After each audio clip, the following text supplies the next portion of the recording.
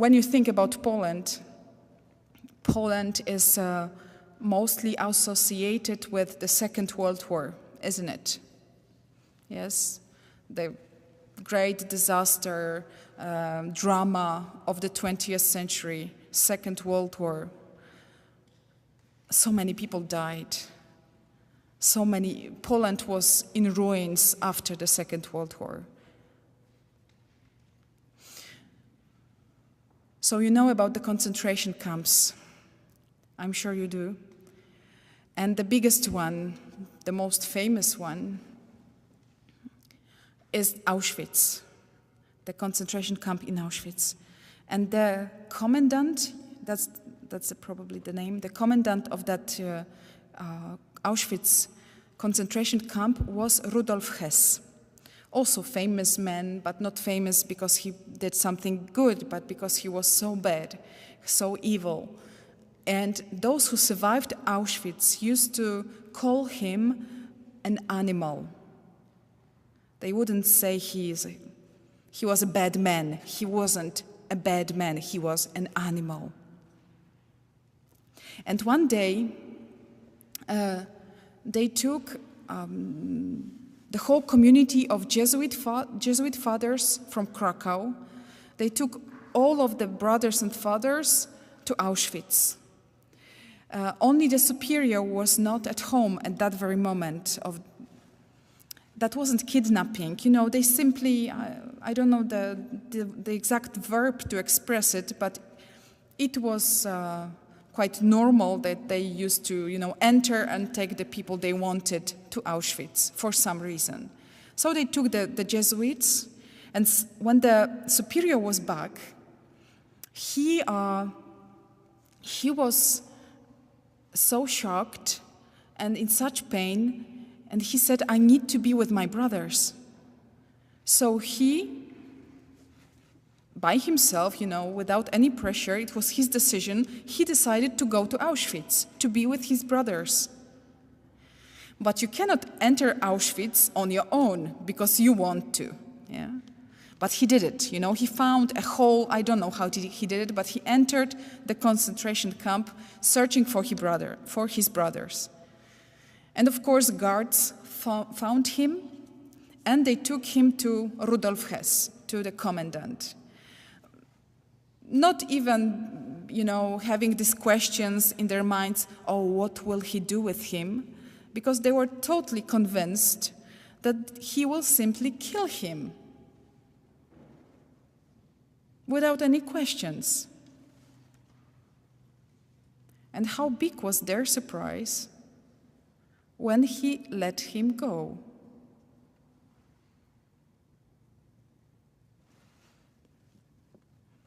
Simple like that.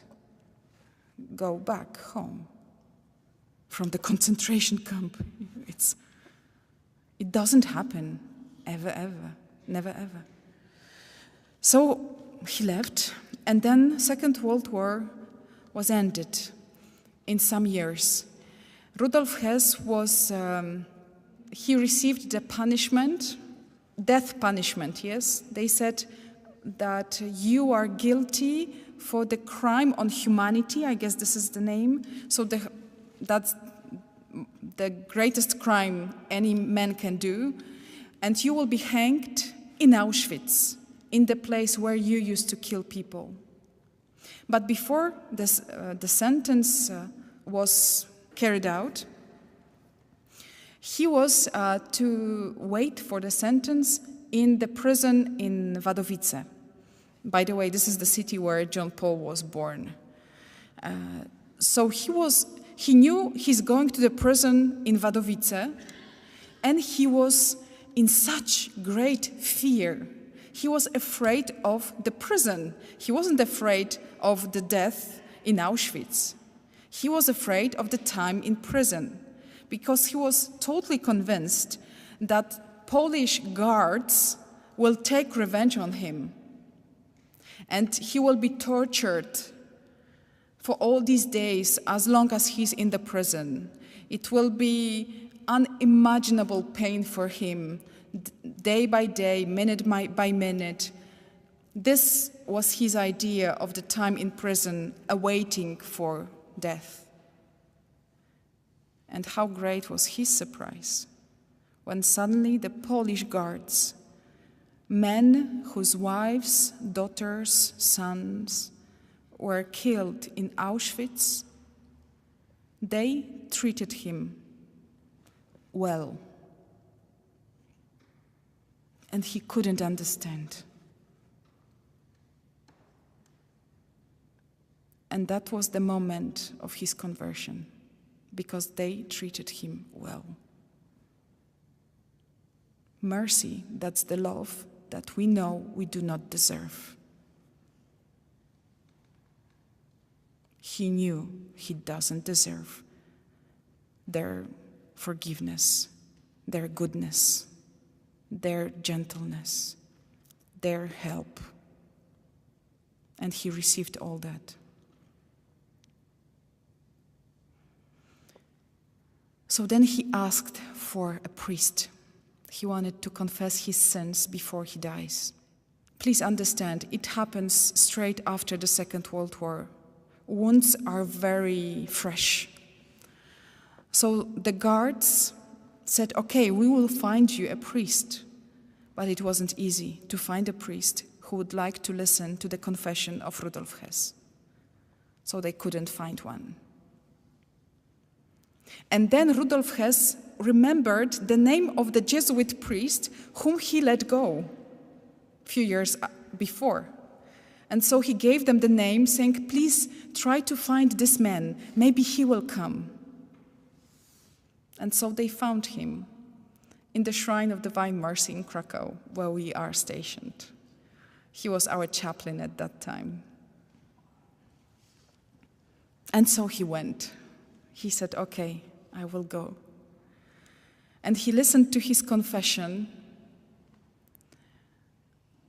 It lasted and lasted and lasted. And then he gave him absolution. Your sins are forgiven.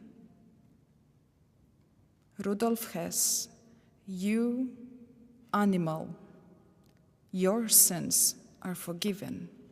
Go in peace. The next day, Father Lon came to the prison again, but not alone. He's never alone, of course, but this time he came like in real presence of God. He brought Jesus, he brought Holy Communion to Rudolf Hess. And the guard who was present in the very room with Rudolf Hess and the priest said it was one of the most beautiful moments in his life, seeing this animal, yes, kneeling with tears in his eyes, looking like a little boy, and receiving Holy Communion, receiving Jesus to his heart. Unimaginable mercy. Rudolf Hess, before he died, he wrote a letter, an open letter. He wanted to be published after his death in Polish newspapers. And in that letter he said, I know what I did. I know how great is my sin and my guilt. But God forgave me. And now I ask you, the Polish nation, the Polish people, to forgive me as well. I hope you can do it.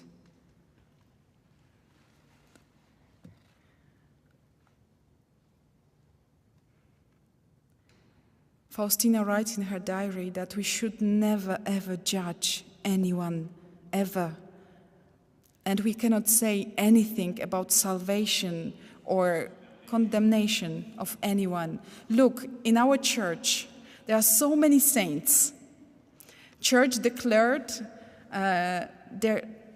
holiness of so many people. But never ever have I heard that someone is declared or being called condemned. Yes, that we do not know. We do not know. And surely we cannot do it by ourselves. There is such a mystery between you and God and every human being, his soul and God. Mystery. We cannot say anything. We do not know.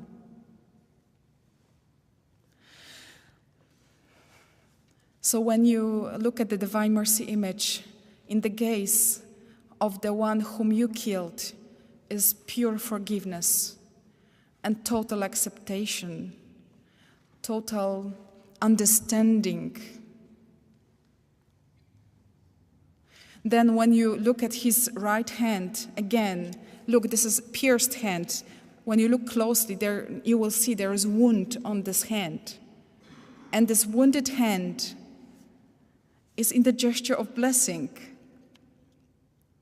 How do we react?